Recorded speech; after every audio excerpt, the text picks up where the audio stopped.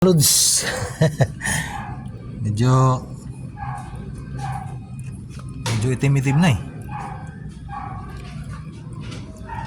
Yan. Pero yung takbo nito ano pa eh, every 2,000 kilometer yung change oil.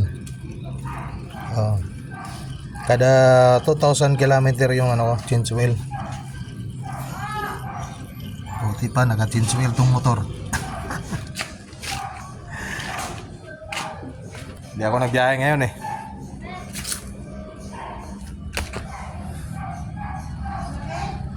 Okay.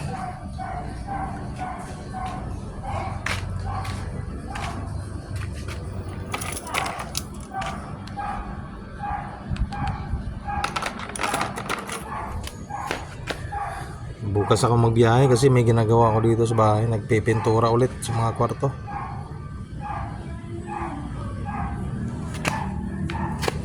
Ito yung lagi kong ginagamit.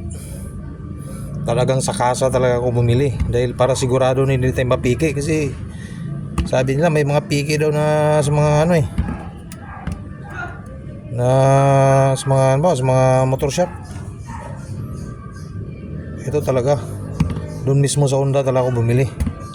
Di baling mapamahal konti, at least sure bore yung langis. Diba mga paps? Sunod na araw na ako ay next week mag CVT cleaning naman ako nito. Para condition lagi, titingnan lagi yung panggilid para ano.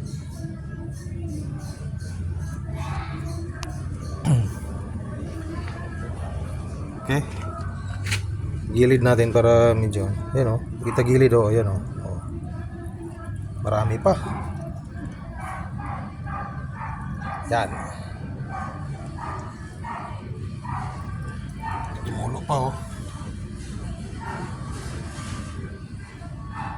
Tama-tama ito pagka-tinsel to kasi mula kayo ng umaga hindi nakandar. Ayan ang oras na ngayon. Alas 5 na ng hapon.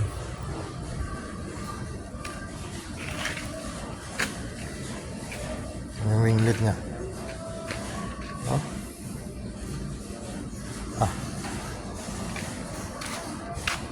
Okay.